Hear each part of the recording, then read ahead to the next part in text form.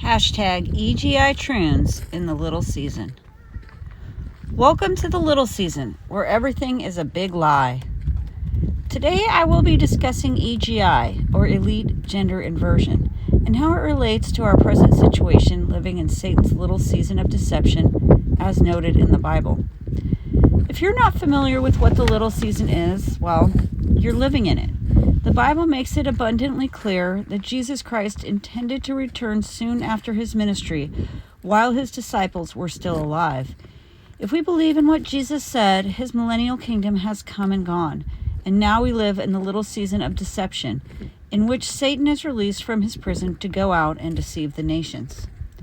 This truth alone represents the biggest piece of the truther puzzle ever found, finally breaking through the otherwise impenetrable facade of our false history and altered timeline. Now we have an explanation for so-called Tartaria and the mud flood.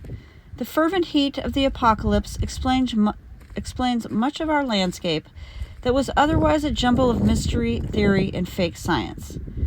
Through the lens of the little season, we better understand our place in history and have insight into the corruption and degradation of our society.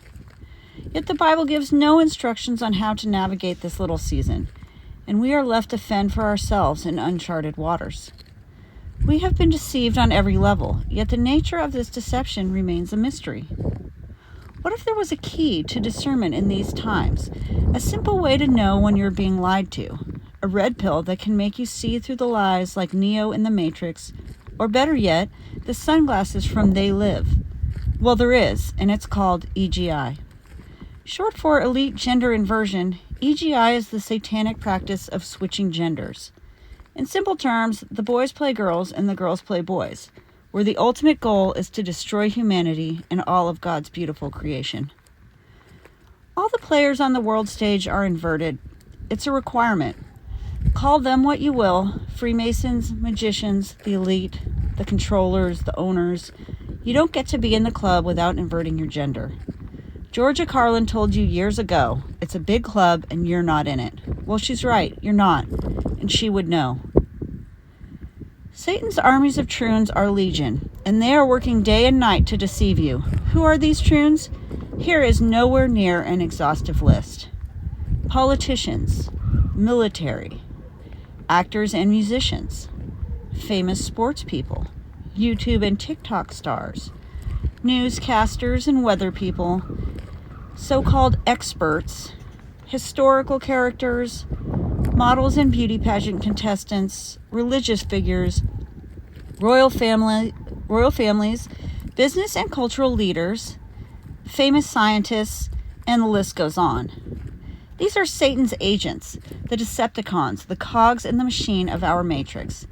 Keep in mind that none of these celebrities are actual people. They are only characters played by actors, and they will switch around.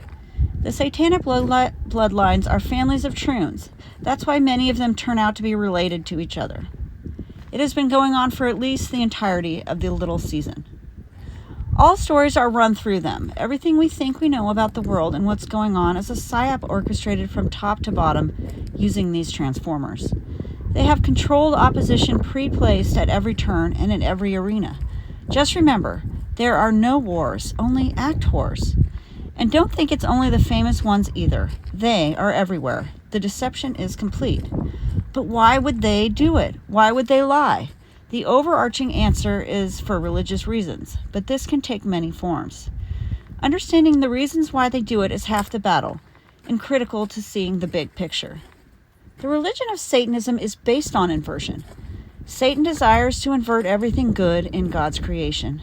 Good becomes evil, truth becomes lies, etc., and it just follows that they would invert God's most precious creation, man and woman. Satanists believe there is power in the blending of the sexes. They worship the Baphomet, a satanic deity that has both male and female body parts. In a spiritual alchemy, they believe that combining the masculine and feminine energies creates a creature that is closer to God. They are both male and female, and therefore more godlike. We regular humans are mere mortals, split into two, having only half of a whole. You can see this thought in action when the Troons throw up the so-called peace sign. 2 fingers in a V. The true meaning is, I am both. demon possession. When you invert yourself, you kill the person that God intended you to be, making it impossible for the Holy Spirit to dwell inside you. And what dwells inside instead? We know from the Bible that there are demons, the earth-dwelling spirits of the Nephilim, who are always after a body to inhabit. These Troons might be a perfect fit. It would explain why so many of them are talented beyond most normal people, able to perform amazing feats and skills. Inversion proves allegiance to their master and is the tell to everyone else in the club. To invert is the ultimate ritual and the giving over of yourself to Satan, who requires constant worship. This is why you repeatedly see these entities throwing up devil horns and taking one-eye photos with their tongues sticking out, paying homage to their god with a little g. They do it to destroy humanity, which appears to be one of Satan's top priorities. They siphon all prestigious and authoritative positions in society, wreaking havoc in every institution under the sun. Humanity is conditioned to serve them as slaves, fighting over the dregs. The cultural fallout is even more insidious. EGI confuses and humiliates humans. Men are trying to emulate women, and women are trying to look like men. It kind of makes us all gay, or at least somewhere in the middle. It pits the sexes against each other, which degrades our relationships. It makes masculinity toxic and femininity vapid. This is a topic that can be hashed out interminably. The layers upon layers of twisted deception that affect all natural humans on a deeply personal level, making our lives here anxious and dissonant. One example I would point out is the women's liberation movement of the 1960s. All of the famous feminists in this movement are inverted men, deceiving us naturals into thinking it was something beneficial. This movement caused told and untold havoc in our family lives, leaving children abandoned to the schools and media for further humiliation. So how do you see them? How do you get a pair of these sunglasses? That's the easy part, study. There are tons of instructional videos, tweets, and posts made by people who know the science of the anatomical differences of the sexes. Skeletons figure highly and bones do not lie. The subtle and not so subtle differences between natural men and women appear in every bone and every movement of the human body. You just have to familiarize yourself with them. The more you look, the more you will see. Some of the many things transvestigators look at are skull shape and size, collarbones, back curves, surgical scars, eye distance and gaze, gait and stare test. The tells go on and on.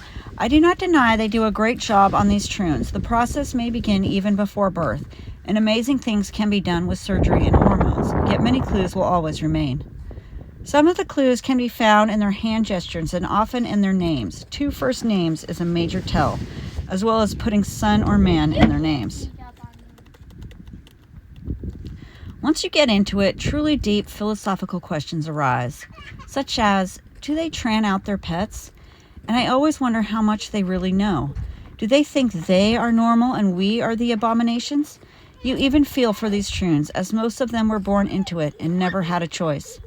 You start to see how EGI affects all aspects of society. An example of this is the term ladies and gentlemen.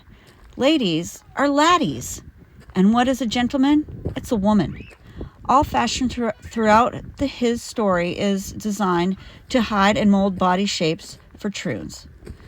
One thought that hit me a couple years back was about how they are all actors who may actually care deeply about their craft and their deceptive prowess. After all, wouldn't it just be too easy for a woman to play a woman? A true actor would go all the way. EGI is such an illuminating and liberating topic. It's a wonder it doesn't catch on to a wider audience. Well, maybe it's because knowing this truth will shatter your worldview and you can never live a normal life again. Those who love the truth wouldn't let a little thing like that stop them.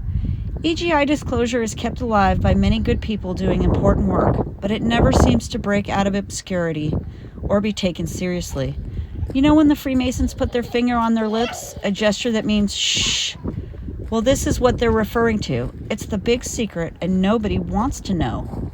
Now the little season is all the rage in Trutherland, and it really is the most exciting thing out there.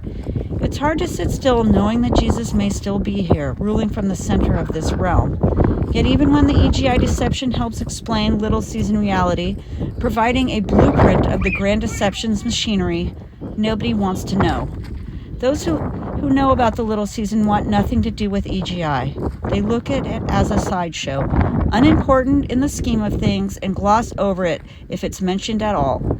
Most of them are probably EGI Troons themselves, so it stands to reason they would want it kept under wraps.